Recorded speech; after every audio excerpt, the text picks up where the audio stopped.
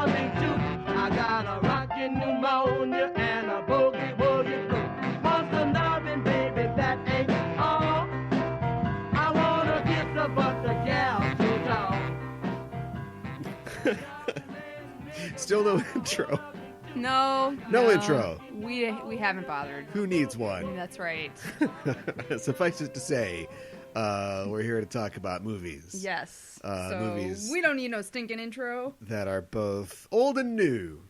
Yes. New and old. Although, that pertains to today. Kind of. I don't Kind know. of. More What's or less. classic anymore? I don't even know.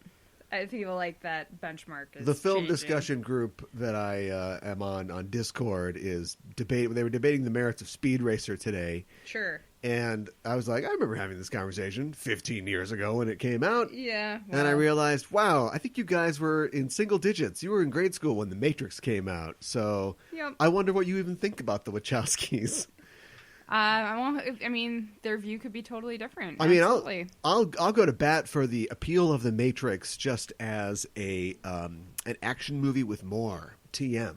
You know what I mean? Like, you could take somebody, a child born right now, wait, let's say 17 years just to keep it MPAA approved. Sure. And then show them The Matrix, and they'll be like, what are those phones? And they have like a circle on the front of them with little circles inside the circle. But other than that, they'll think it's some sci-fi technology. Other than that, Right. I think The Matrix will land. I think, fine, right? I think so. Yeah. Although I haven't watched it in a long time, so. You're not invited to the group. Wow. Do you want to talk about a word that you learned today? What is a word that I learned? Oh. Well, we've got a rockin' pneumonia, a boogie-woogie flu, and all of that leads to the big... Boogaloo. Not a fan. No, I hope the Not sound a of fan of this helicopters word. isn't too pervasive in this recording. Yeah. Things are pretty crazy Speak up. here. Things are pretty crazy up here right now. And I don't know if when they're gonna calm down, and it's very stressful. At the risk of being wrong, which is what every person who is brave enough to make a supposition exposes themselves to, I think we're seeing the end of this, right? You think? Well, we're going to see a decline. I mean, the army's here.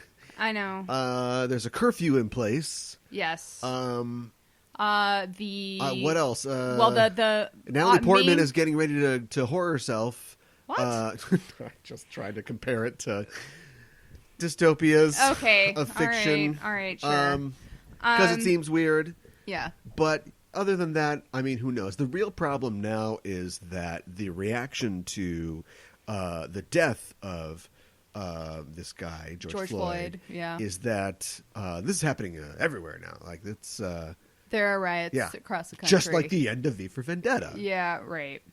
Which I have not seen the Don't. movie. I read the comic. Scratch it off your list. Don't. Will I need to scratch my eyeballs out if I ever see it? I don't know. I walked out. Did you really? So I don't really even know. Wow. I got a great story about that. Okay. Some other time. Right. Yeah. So, oh boy. Yeah. Pretty scratchy. It's pretty scratchy. It's pretty scratchy? I don't know, man. I didn't finish it. Okay. I'm just trying to loop back to my point, which I forgot. Now you can't help me. People are taking advantage of the situation. Yeah. Oh, we're back to Boogaloo? Okay. Well, yeah. That's where I was going anyways. Yeah. Right-wing nut jobs aren't in Montana anymore. They're everywhere, or at least they're willing to be mobile. And so you've got a lot of people who, first of all, let me say categorically, I don't condemn any of the destruction of property. Sorry, I don't. Mm-hmm. That's how I feel. And I also don't exonerate anybody from legal ramifications. I feel like, say what you will, love him or hate him, I feel like Governor Walz did a pretty good job of walking that line in the press conference this morning, right? I think so. Where he basically said the same thing. And he has to be the bad guy, you know? Yeah, right. I think the day before he was like, look, let's just back up out of the way. And then it's like, and today it's like, the National Guard is here. Right. So, you know, fun is fun, but we need to have this. But at the same time, he's like, I understand the emotions. People have the right to express them, but we're going to have people who are going to we're going to have a curfew and you need to get off the streets. Right. And that's just the way it is. Right. I'm elected to be the bad guy here. Right. Or good guy, depending on how you look at it. Uh-huh. And so, yeah, hopefully that will all be over with. I hope and so. my supposition going way back to the first parenthetical is that, I think with the curfew and with especially the announcement of the arrest and upcoming indictment of the officer involved, or at least the primary officer involved. Yeah, right. But all we know is he was the guy in that video.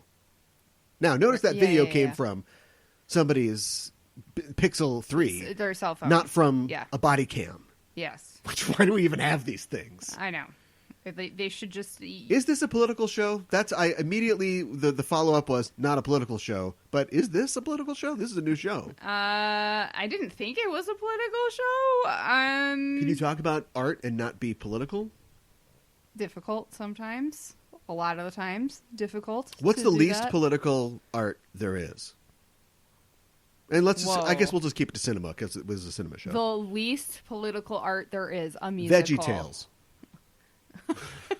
Same thing. Okay. Yeah. Right. Right. But you go, but it's Christian or it's got an ecclesiastical base or whatever. Yeah, but they don't really. That's not really they don't get political, though, is it? It's church without being preachy. Yeah. Go figure. Right. Because even the Transformers movies are, or like Michael Bay's like, yeah, this is Benghazi, huh? Right. What are you doing? Aren't you the guy that makes Ninja Turtle movies? Blow up? Yeah. Like, what is happening here? So I guess I'd say Veggie Tales. Yeah. Yeah. And you'd say a musical? Yes. Which one? Grease. It's not very political. It's sex positive. Well, yeah, okay, I'll give you that much. I can see some people watching it and going, these high schoolers are too randy. Okay, wow. Well, let's try to find a musical that is not political at all. I don't think Singing in the Rain is that political, to take it back to something we just recently watched. I mean, there's kind of like entertainment politics in it, so I don't know. Yeah, that's the same thing. Yeah, okay, fine. Okay, that's a political of 1. Mm-hmm. We're trying to reach political 0. Okay, and without wasting too much time doing it. Hello, Dolly. Sure. Right? Sure. I don't remember Hello, Dolly that well. Really? I've seen it like once. There's some there's some guys and they want to go to town. They want to put on their Sunday clothes. Mm-hmm. And then, Dolly's hanging out. 7 brides for 7 brothers. Okay. Oh, wow. You're taking it. Paint your wagon. Yeah, right. Definitely not Sound of Music because that's political. Yeah. Definitely not. Oh, wow. What is it called? The Sharks and the Jets. That's definitely political. Well, it depends on what we're talking about when we talk about politics. Yeah. What do we talk about when we talk about politics? Right. Because like Sunset Boulevard's not political, but it could be the politics of Hollywood screenwriting, of Hollywood stars and directors, and so I mean I got a truckload of sophistry coming in here. I guess I don't remember. I can make it whatever you want. It's super well, but what about this is the last one. What about Oklahoma? I don't remember it at all. Okay. What's the problem in Oklahoma? I can't remember what the core problem is. I think they're establishing Oklahoma as a state. I think that's what it is. Then that is 100% political. Oh, you might as well have said Hamilton. I guess. Wow. Okay. All right. Rapping. This is harder than I thought. Rapping and creating our country and yeah. declaring independence and rapping. Yeah, exactly. Can't wait for that to come out. Let's talk about the movies that we watched for this show, though. Yeah, let's do it. I think I lost the draw, so I get to go first. Yeah. Oh, you lost. I thought you won. No. Well, it depends on your preference. I picked the 1986 Andrei Tarkovsky film, The Sacrifice. Yes, you did. His last film. It was his last film? He died the same year it was released. Oh, no. How did he die? Cancer. Oh, that stinks. Want the longer answer? Yeah. Smoke, lifelong smoker, and also him and many of the crew who worked on Stalker all died of cancer. Oh. Because they were in the wallowing around in a chemical plant, or like in the downstream of a chemical plant. Right. Okay. It killed his favorite actor, who's in all his movies until he died in '82, and yeah. Well, that makes it even more bittersweet that he dedicates it to his son at the end, who was born that year. Oh my gosh, that's heartbreaking. Yeah, that's so heartbreaking. It is. I think he died after it was completed. He might have died before it was released. Wow. It won the Grand Prix at Cannes, okay. like Solaris did in '72. Although, it's the master's last film. Right. It was his third of 3 films after he left the USSR. Okay. Which is why this is shot in Sweden, and is kind of a Swedish, French, sort of Russian production. Okay. You want to tell us what happens? Now, can't see my face. I gotcha. I can. Because you're literally gonna have to break it down. We open exterior, beachside, or you're gonna have to give me and then that, and then I don't know. So let's see. Let's watch. Oh, jeez. We open on no exterior. Day. Yeah, right. So. Is his name Alexander or Mr. Alexander? Maybe his name is Alexander and they just call him Mr. Alexander. All we get is Alexander. Okay, so Alexander is the protagonist of this story, and it happens to be his birthday. And we don't really know where he lives specifically. We don't really know when he lives specifically. Well, it says 1985. Yeah, but he lives in the 80s. But Sweden. I feel like looking at their clothes and other things throughout this film, you wouldn't know that without them saying what the year was. They have a Volvo. I know they have a Volvo. They have a TV, but I still feel like their clothes look really old timey, and they have a lot of gas lamps and stuff like that, and maybe they just like a lot of antiques and stuff like that. I don't know. They have the trappings of the rich and reclusive. Yeah. So they're all going to celebrate his birthday. There is some sort of news announcement that comes across on the TV. We don't really know what it is exactly, but everybody is pretty upset afterwards, and the entire mood of the film gets really gloomy. And it goes real Russian play. Yeah. Yeah. Yeah. Although we see a gun, but nobody dies. So that's how is that anti-Chekhov's gun? I don't know. Hey, he's from Russia. He knows what he's doing. I know. So a lot of things, do a lot of things happen? Things get said.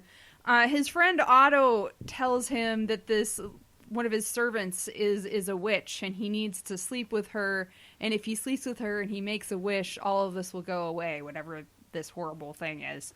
And wow, the stalker only had a room. Right. This guy gets to have sex with a witch. Yeah, right. So he's thinking his friend is crazy, but he goes and he does it, and then he somehow ends up back at his house and is acting real squirrely, and they were going to call this the squirrel, right? The sacrifice. Yeah, right. Better. And then his family all goes out on a walk, and he decides he's going to set the house on fire. And then the film kind of ends, and people come and take him away. And that is it. Vis-a-vis The Ocean Walker, did we like this film? I liked it. Oh my god. You gotta say you like it. Wow. No, or people will think you're stupid. I like it. I don't know. I feel like I'm still processing this film. Process faster. Okay. Well, I mean, It's beautifully shot, and there's mood all over this thing. Don't say that. Oh, okay. All right. No. Whoa, sorry. Well, maybe you're right. I didn't love it. I thought I thought it was okay, but I didn't love it. I think I enjoyed Stalker way more than this. Yeah, I don't like it as much as Stalker, but I don't dislike it. It's interesting because it has so many things that are okay. I consider Tarkovsky to be one of my favorite filmmakers. Yeah. And I've only seen like half of his films. Okay. And it's not really like Access at this point. Like you can pretty much get them all Criterion or somewhere, but they're almost like I don't want to watch them because once I've watched them, then they're done. I will have watched them. Right. You're trying to savor them, and then do you even savor? It's like I got this little piece of chocolate, and like, do I eat the chocolate? Which is dumb because I've seen Stalker a million times, and I love it. Mm-hmm. You don't love it any less watching it more. No, now that the same tension and the same anticipation isn't there, I'll admit it's a little long. Tarkovsky never met a 5-minute dolly shot he didn't like. I was gonna say, don't his films tend to be ponderous on the long side? Yeah. And I feel like the emotional payoff is more in Stalker than it is in this film. And this film has that attachment. It does remind me a lot of a Russian play. Dostoevsky is referenced specifically in the thing. This also Chekhov, you mentioned before, it does come to mind. It does feel, well, it is absurdist in some areas. And in the way that you kind of set everybody up, we're just having a good time in like the first act of a Russian play. In the second act, things go wrong. In the third act, everybody is just frazzled and they're despairing. Yeah. But yet you feel like this build-up. The first 45 minutes of this until the jets come, it's just like, all right, tell us more, old Fox Mulder, about your weird stories. Like, I'm not really sure how that all ties in. Unless it's there are religious themes in this, but not... Yeah. There is no, like, God isn't in this movie necessarily. It's just more like how we view and feel about religion. And so for this guy to have these weird stories, is that also a fascination of humanity's obsession with the supernatural or powers above us, in this, maybe. Beyond belief factor fiction about the ghost of a boy who appears in a photograph with his mother 20 years later? Right. It's not true. False. We made this one up. So, but it to me, it reminded me of that. And I thought, like, with all this sort of religious talk, it's a parable. And I think Tarkovsky have said that he wanted it to resemble a parable in some way. And for me, this is a reverse Job or Gob. Okay, wow. We're 2 for 2 on the Arrested Development references. Yes, we are. And it's it's like Job goes through this trial where all of his stuff is taken away and he remains faithful to the Lord and he gets all his stuff back. And in this guy has all this stuff and doesn't really care about God and is full of sophistry and he's very bitter about humanity. Even though he's had his son, he says that it's changed him, but we don't know if it is. And yet he's surrounded by literal iconography. His friend gives him this book of Russian icons and Orthodox art and stuff like that. And then this crisis happens, and suddenly he turns to God, and he has a whole speech about how, like, anybody who doesn't believe in God has never known despair or something like that. And then once he, in a sequence that I think seeing the end of the movie didn't happen, right? That's all a dream. The end sequence? You think that God really turned back time? Because clearly, at the end of the movie, the apocalypse or whatever hasn't happened. Right. But didn't he just get drunk and fall asleep on the couch? It's unclear to me. I think it's pretty clear. We start out, yeah. So the end of my thing is, at the end, God does what he asks God to do, and in payment, he has to get rid of all of his shit. That's the sacrifice. I see. And he talks at the beginning of the film because he told God that's what he would do. Yeah, at the beginning of the film, but he doesn't kill his kid though. He says he'd be willing to do that, but maybe his stuff is enough. Although the kid wasn't there though, and he had the gun. Maybe he would have. Maybe he would have not Jobed it. Isaac'd it. Maybe. You don't know. This is so great. Why are you looking at me expectantly? You don't know any Bible stuff. You know the answer. Well, I just explained the parable of Job. God tells Abraham to sacrifice Isaac, and he goes through with it up until the point where he's about to kill Isaac, and God's like, "Whoa, no, hey, good job, you're in the club. I'm just hazing you," and he's out of there, so that's fine. So maybe it's that. Something else that, well, at the beginning of the movie, he's got this speech about ritual, and about doing something over and over again, or doing something and having a result, and that either through some force of nature or God or whatever, it working some kind of change and effect. So it sets us up for that. It also, I liked how, I'm all over the map here. I liked how the movie ended, how it began, because it focuses on this, print of the Adoration of the Magi by Da Vinci, and we're looking at, the Christ child, and again, never met a pan he didn't like either. Right. We pan up this painting up into the eaves of this tree, and at the end of the film, the house is burned down. Alexander is off to the loony hatch, supposedly, and the boy is there, and then the boy, speaks his only line, in the beginning was the word or whatever. Right. And it pans up a tree into, the bare eaves, but eaves that will eventually blossom. Right. Yeah. Right.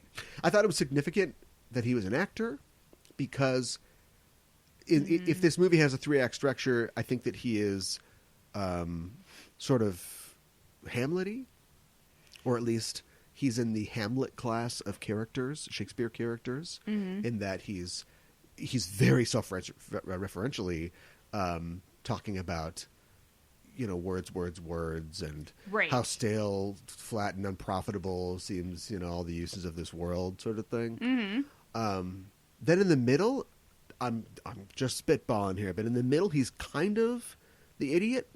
He's kind of Dostoevsky's idiot a little bit. Yeah, I can kind of see that he's just sort of buffeted by all these people and their stuff, and he's trying to be like the good guy and everything, and he's kind of being tested. And at the end, he's Lear, or he's any one of Shakespeare's crazy characters. I mean, they're literally chasing him like across the flats or whatever. Yeah, no, I could see all of that. Yeah. And also they set up eternal recurrence, very early in the film. And we have a literal recurrence, and like we mentioned before, the child with the tree, and sort of and I liked that the kid, having listened to his dad's story, was like watering the tree. I thought that was a nice touch, and he had gotten up like early specifically to do that. Yeah. So, what do you think about him making the house in miniature, or was that real?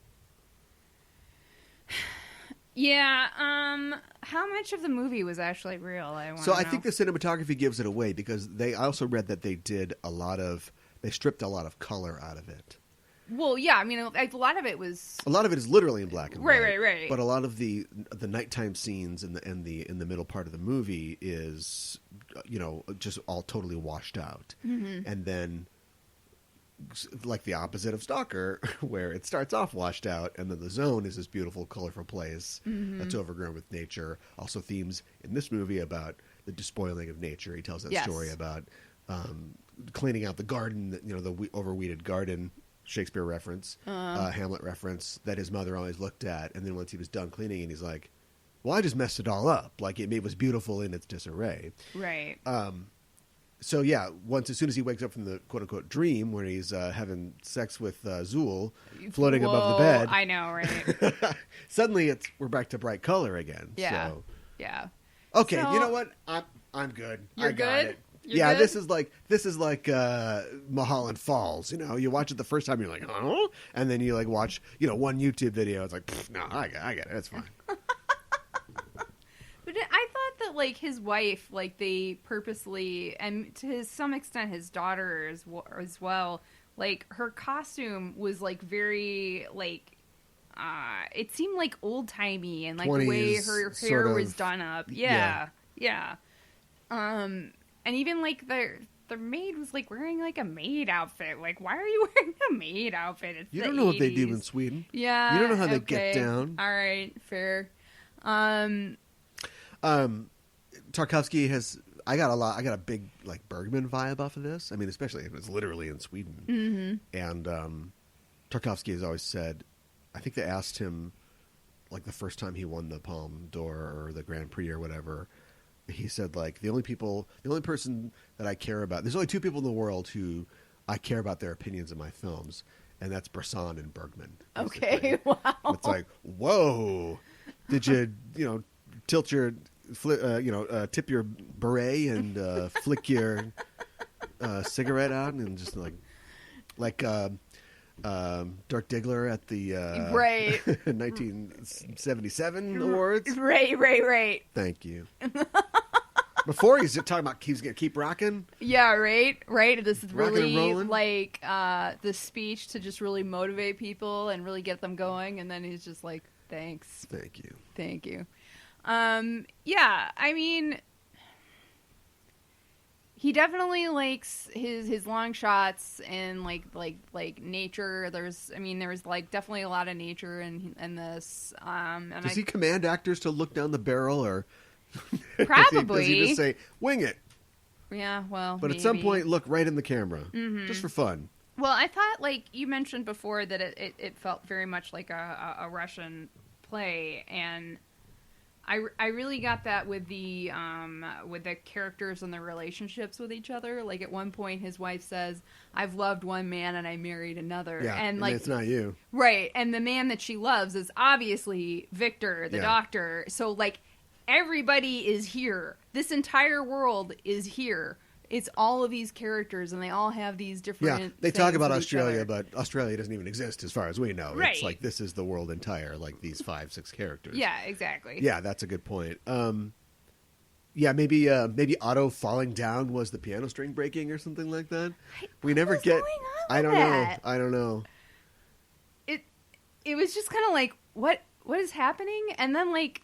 There was like this character moment where like his pocket watch had gone around his neck, like, and I don't think that actually meant anything. But all of these takes are literally as long as they've got film, so they're like 6 minutes, or so long. So maybe the actor's prop just went over there, and it was just business. Yeah. There's a part where, the wife tries to burn the note that he wrote that tells them like, "Oh, go for a walk without me," to get him out of the house.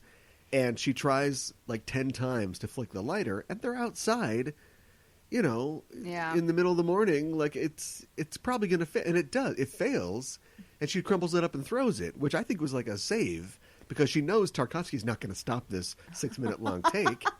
And the line that she gives after that is like, you take the ashes and you drink them up and you blah blah whatever. And then later on when he tries to light the tablecloth, which by the way, light the tablecloth under that's on the table. Yeah. The flames will creep up more and catch the wicker. Anyway, he fails the first time. Yes. Which is maybe, I don't know, I suppose you could orchestrate that. It also shows his determination to do it, do it no matter what. But that was probably like, that one just didn't work. It's a linen tablecloth that's probably treated. It's not supposed to go up that that, so it takes a little bit to get going. And yeah, I mean I think that all fit. Well, and then the business of him starting the fire, there was just a lot of attention paid to that. He had to clear the entire table and then stack all the chairs. But I thought it was interesting, and maybe it was a callback to his garden thing before, but he like specifically took the flowers off the table and was like, and like, even though this whole place is going to go up in flames, you're going to go right here, and then he makes the choice to go upstairs, turn his Japanese music back on. Yeah. You're up, Zamfir. Let's hear it. And then he just kind of stands upstairs and listens to the fire and the music for a while. And then he decides, oh, maybe I should get out of here. Yeah. It's interesting, it's like,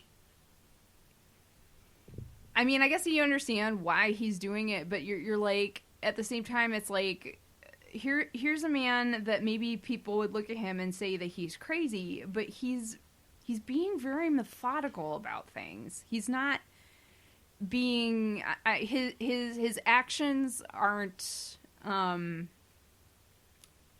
impulsive, I guess is what I'm trying to say. Yeah, I guess I'd agree. I mean, I think people who are distracted can also be methodical. But, okay, sure, I guess. But yeah, they seem like somewhat deliberate choices, I guess. I liked it as, like, the Chekhov's gun. He's like, I'll shoot myself if you don't sleep with me. Which right. is like, I haven't tried that one. I'm trying to think of what else. Well, yeah, going back to way at the beginning of this when I talked about tension. I just like, in something like Stalker, I feel tension because you've got three characters who all want something from where they're going. Yeah. We're told that this is an incredibly dangerous place, and they do a fairly good job of selling that it is with no special effects or anything really. You know, we're just told that it's dangerous. And so we get to see the sort of completion of three separate arcs. This doesn't quite get rolling quick enough, and there's not really enough at stake, much like in a Russian play where some of the characters are kind of superfluous and they're there to just be weird and eat a carrot or something like that. Yeah. You know, I don't know, I don't think it pays off quite the same. And speaking of paying off, and speaking of fire, how about that burning house shot, huh? Well, I think you said while we were watching it, we paid for it. We're going to shoot it. Well, I think the audience pays for it. Yeah. 2 hours to get to the burning house shot. Yeah. Which is unbelievable. They set it all up. They set it on fire. Yep. And then they shot it. And the camera jammed. And they lost all the footage. Nothing. You're kidding. House burned down because it's all timed. So they're like, now, and Tarkovsky is so interesting as a filmmaker because he talks about, you can read his notes or his own like writings on his films, and he starts off with one thing and ends up with something completely different. Like he had no idea where he was going. He really is just, but yet he's so meticulous. I know I was going to compare him to Jackson Pollock, but I guess Jackson Pollock, again, a person who seems distracted can be really meticulous. Right. And things go wrong. You know, they shot half of Stalker, and the film was all developed wrong, so they had to scrap the entire thing. Wow. And anyway, the only mistake that they had on this film, I guess, was botching shooting the burning house. So over the course of 2 weeks, they had to rebuild the entire house and then shoot it again. This time they shot it with 2 cameras, and when in the film, you can tell that they're milking it a little bit. Because he keeps sort of running back and forth, and he runs to Maria and runs back. We keep getting to see the house without the camera just focusing on the house. And then I think maybe they had some more time left because of the last part. Then Adelaide,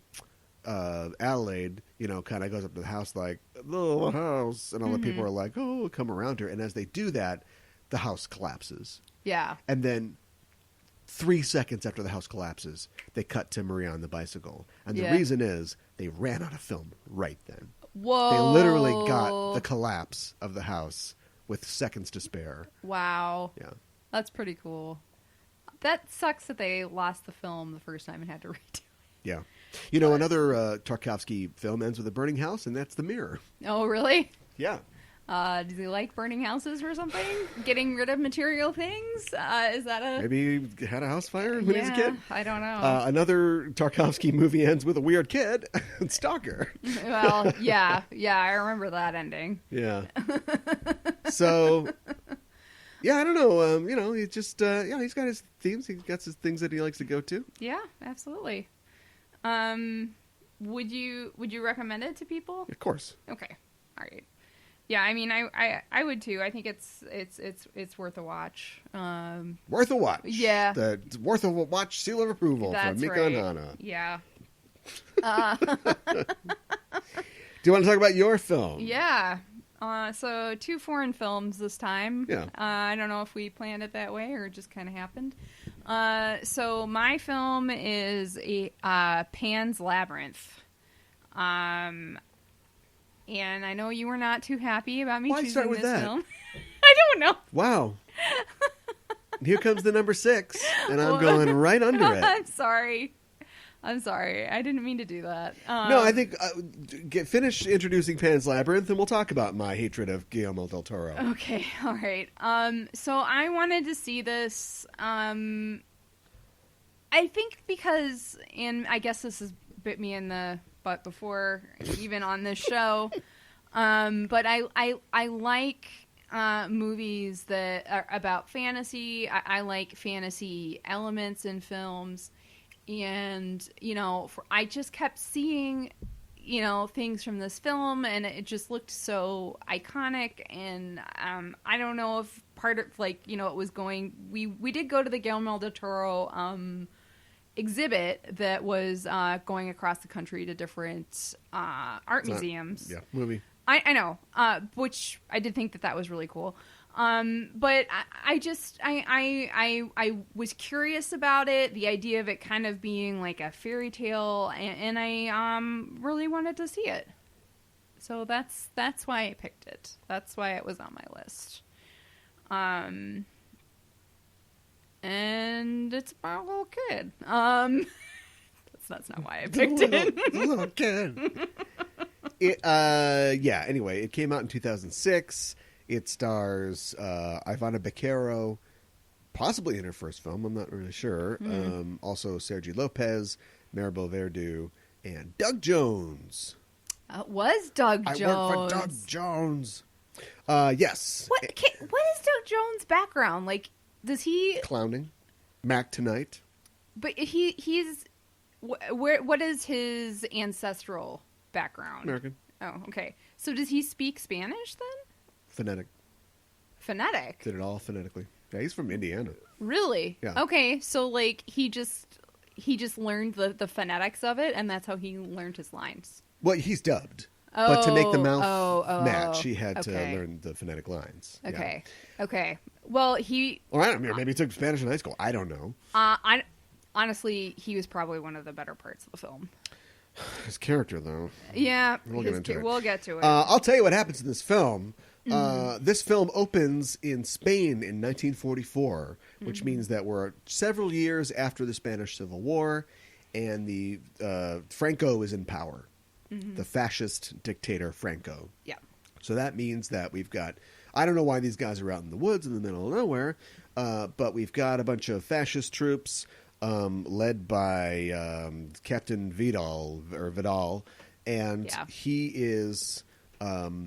he lives out in the middle of the woods. Yep. And he's got a bunch of men, and he's bringing his pregnant wife to be with him, and her daughter from a previous marriage. Yeah. Well, yeah. Who is Ophelia. Yes.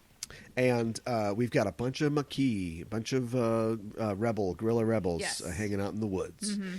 And as the Francoists are here to hunt them down, obviously.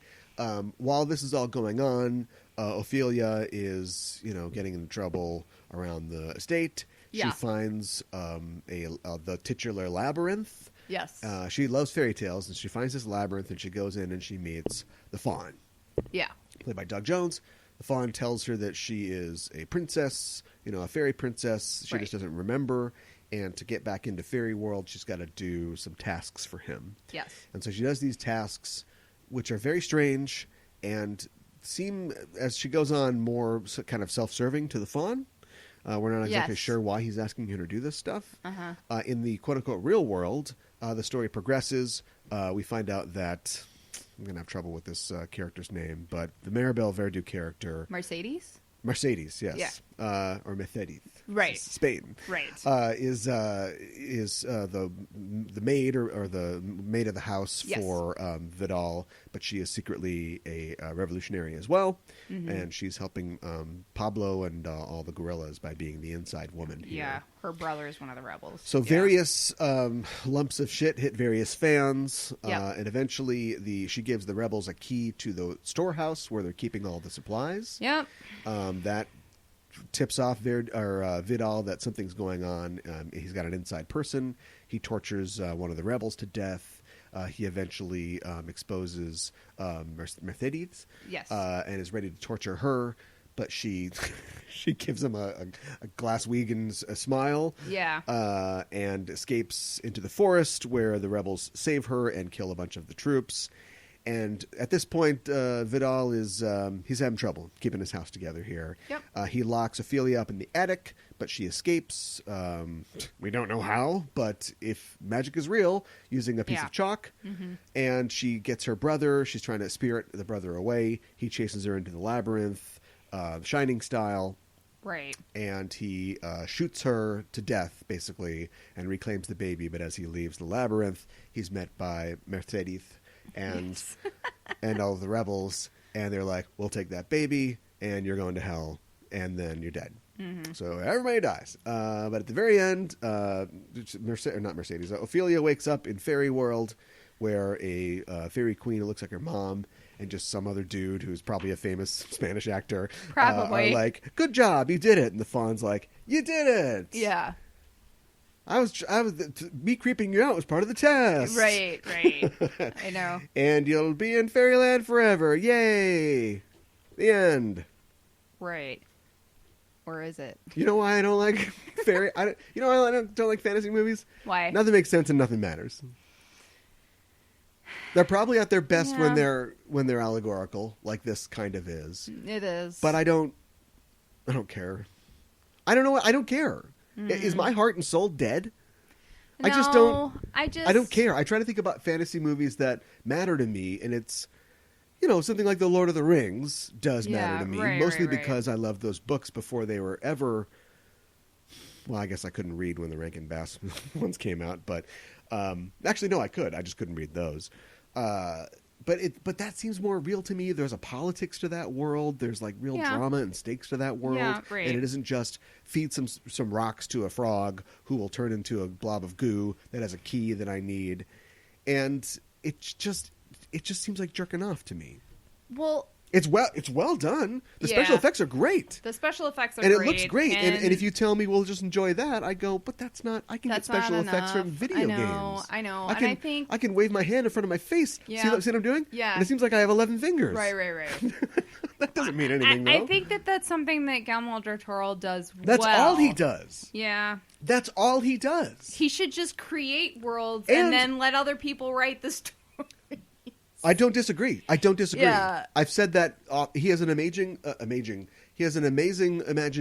and his drawings and his designs are fantastic. But then when they coalesce into Hellboy 2: The Golden Army, who cares? Well, so I was thinking about this, and like I feel like this story. So she reads a lot of fairy tale books, and we set that up right away.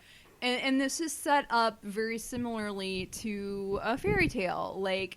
You were a princess. You just don't remember. These are some tasks that you have to do. There are 3 of them. Right, but the script and the story don't hold up, or at least don't make important enough the escape that this is. Mm-hmm. We are told, not shown, that her life sucks because even though she doesn't understand what's going on, she doesn't like her stepfather. No, he doesn't like the stepfather. No. He cuts his own throat in the mirror, which I thought was the most like telling and impressive emotional beat of the film. But that's all we've got, and it's so many. Okay, back up. We'll get back to that. So if this is an escape for her, right? I want to see her, it makes more sense if she's abused. It makes more sense if there is something that she needs to run from. Instead, and this is a really great young actress. Like she did a great job. When she's given stuff to do, but as the movie opens, she's just like, "Oh, a big bug. Is that a fairy? Oh," and she's just sort of wandering off, and we don't get the sense that this is an important escape for her. If you're doing this, if you're doing fun fairy times, but then also there's like serious real world. Wars and guys getting their noses beat in with wine bottles, then let's see why she needs to escape from that. Do you know what I mean? Right. Like I think Labyrinth does it better than this film does. For sure. And it's only at the beginning we get that like her hairsprayed mom or stepmom doesn't get along with her, and so she goes to her room and like we get it. Let's see her now go through a fantasy world where all the monsters are her dolls. Right. And we get it. Yeah, exactly. And this is just like to me, it's like a bunch of skits that are all just put together that were like interesting ideas or interesting, short, grim fairy tales that we had. Yeah. There was a eyeless king, who had a table and a brave little girl had to get something, but if she ate any of the grapes, we were in trouble. Right. But that's like 5 pages instead of trying to make a whole movie out of it. Yeah. And I think all of his stories, at least the ones that I can recall, have a very similar bent to them. Mm. He always has a villain who is the most evil person in the world, but also hates himself or herself in the case of Jessica Chastain in Crimson Peak. Yeah. And what that character wants is to control things. Mm-hmm. And what brings their world down is losing control over the world that they have, whether it's being in control of an army, whether it's being the agent of a government, whether it's being the scion of a noble house, that you have to control that's full of ghosts or whatever. Right. It's just the same thing. And then a waif is brought into that world, and the waif encounters fairy / fish dick / whatever. Yeah, right. And it's Loki, and then the fruit basket upsets. Mm-hmm. And it's the same thing over and over again. I know. I would have. I think you more or less were saying this too. I would have liked for the fairy stuff to have carried more weight for it. Like, we don't need to know what the fawn is up to or what his end game is, but like I would have. I think I agree with you. It just doesn't lead anywhere. No, and the tasks do feel very separate. We do have real world business in between. Yeah, but if somebody can explain to me, and I'm probably haven't pursued the right YouTube video, but why are the fairies gross? And why are why is the fawn threatening? Why is he eating raw meat? Why does he's going to sacrifice her brother up until the point where she grabs him away and is shot to death and is having a DHT Enter the Void vision of fairyland at the end where the fawn's like, no, it's just a test. Right. There are things like that in fairy tales, I guess, but what is it supposed to represent, except for the fact that I know that's not true because all of Guillermo del Toro's designs are gross. If you watch Kronos, if you watch the aforementioned Hellboy movies, he just likes gross stuff. Yeah. But he doesn't get that, racist as he is, his hero Lovecraft had a point. There's that helicopter. Had a point in trying to, he was using like, oh, black people are scary or whatever. And so this monster comes from black people's religion or the unknown or the void. Like he was tapping into stuff that people are, you're afraid of the dark, turn off the lights, and you get a little scared. Yeah. But Guillermo del Toro was like, ooh, I decide the monsters can't be the heroes of this. Yeah, right. Why are we rooting for the fawn? He loves gross monsters. Yeah. But then he tries to put them front and center as like main characters, and I just don't think that it works the way that he thinks it does. But then he won an Oscar, so what do I know? Well, one thing that I don't totally understand. So when Ophelia first sees the first fairy, it looks like a bug, which I'm totally okay with. But then she shows it a picture of a fairy in one of her books, and it somehow morphs itself to look like that. Then when we see the other fairies that are about the same size, they look like the fairy in her book. She called ahead. Is that what happened? No, I mean, it's supposed to add to the uncertainty of whether this is happening. Is this in her or head this is or her not? Right. Very her active escape. Imagination. Right. And I guess, I don't know, I don't want to be an imagination cop. I don't want to tell the movie that it has to put more inserts in to explain, like we see the mom's like, who are you talking to? And she's just like, oh, just my friend. And she's talking, and it is the bug or whatever. Right. I don't need stuff like that. I get it. It's a thing of whimsy, but I just don't find it very compelling. And I don't... What's the net effect here? A girl shot to death. It's kind of like... I know. You know what it's like? Guillermo goes in and he goes, I've got an idea. It is a 1940s Franco fairy-based Sunset Boulevard. Because we start with the death. Yeah. And then we end with the death. That's me. Bleeding into a hole. I know. And when the soldiers find her, they're like, oh, that's sad. That's a sad end. But they don't think like, why is there a huge set of stone steps going down here? Like, do they see that? Right. Is there anything down there? I guess it doesn't matter because the movie's over, but... I know. It's like, why set it up if you're not gonna... Why are none of the other characters curious about this labyrinth? Maybe this is the... it's all Spanish, right? Mm-hmm. No, it's Mexican. Maybe this is the Mexican sense of humor that I don't get. But all three, like the three amigos, Cuarón, Inarritu, and Del Toro, I don't really like any of their stuff. Yeah. And it's because I feel like they want to tackle these things, but then they put this quote unquote whimsy in. So you got these weird kind of like comedic or sort of quote unquote light moments that are just jarring and I just don't think work very well. Yeah. There is a moment in this. So she gets we'll talk about the fawn, I guess, in a minute. But she gets Haven't we been doing it already? Well, maybe we have. She gets this magic book from the fawn where she's supposed to... It's going to appear to her what is going to happen. It's a real Harry next. Potter situation. Yeah, but she can only read it while she's alone. So she hides it in the radiator in the bathroom. Right. Fine. Whatever. Set up. Establish. Her mother's having a really difficult pregnancy. And she gets up from the bed and her mother is making these horrible noises. Right. And instead of checking on her mother, she goes into the bathroom and looks at the book. Yeah. And is like, what should I do next? And the pages just go red as if the pages are going red with blood. And then she drops the book and is like, oh, maybe I should check on my mom. And I'm like, wouldn't you check on your mom first? I guess. I mean, it didn't bother me that much, but... I don't know.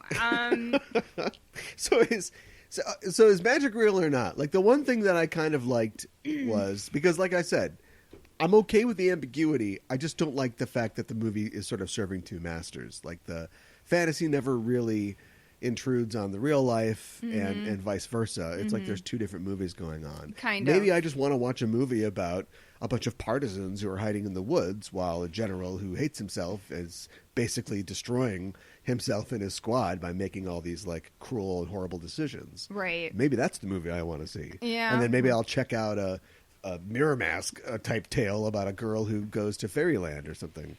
Yeah. I don't see how they go together, but I did like the ambiguity of he finally gives her this piece of chalk, and so they lock Ophelia in the attic. There's no way she could have got out of that attic. No.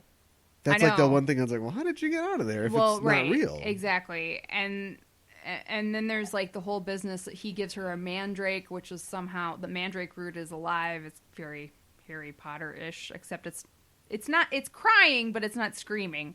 Right, but that's all super ambiguous. And like the doctor, we presume that the doctor, who is also a revolutionary or whatever, we presume he knows what he's talking about, but maybe he doesn't. Like, it's clear that mommy is having trouble at the beginning, so that's kind of a Chekhov's baby. Like, we can just assume that's going to be a rough deal. Yeah. And, mandrake root in a bowl of milk or no, it has no effect on anything.